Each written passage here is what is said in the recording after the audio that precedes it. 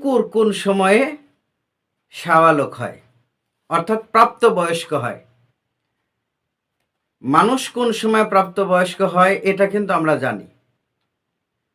কোন সময়ে কিশোর থেকে সে যুবক হয় এটা আমরা জানি।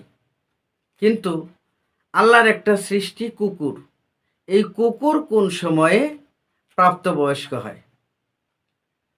এই ব্যাপারে কিন্তু আমাদের অনেকের কৌতূহল আছে। তো আজকে আমরা জানব যে কুকুর কোন সময়ে প্রাপ্তবয়স্ক হয়। অর্থাৎ কুকুর প্রাপ্তবয়স্ক হয় যখন কুকুর নিজের এক পা উঠিয়ে পেশাব করতে পারে।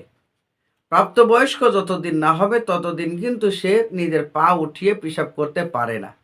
কিন্তু যেইমাত্র প্রাপ্তবয়স্ক হবে, বোঝার জন্য নিয়ম হলো যখন সে এক পা উঠিয়ে পেশাব করে তখনই সে শাওয়ালক হয় বা প্রাপ্তবয়স্ক হয়।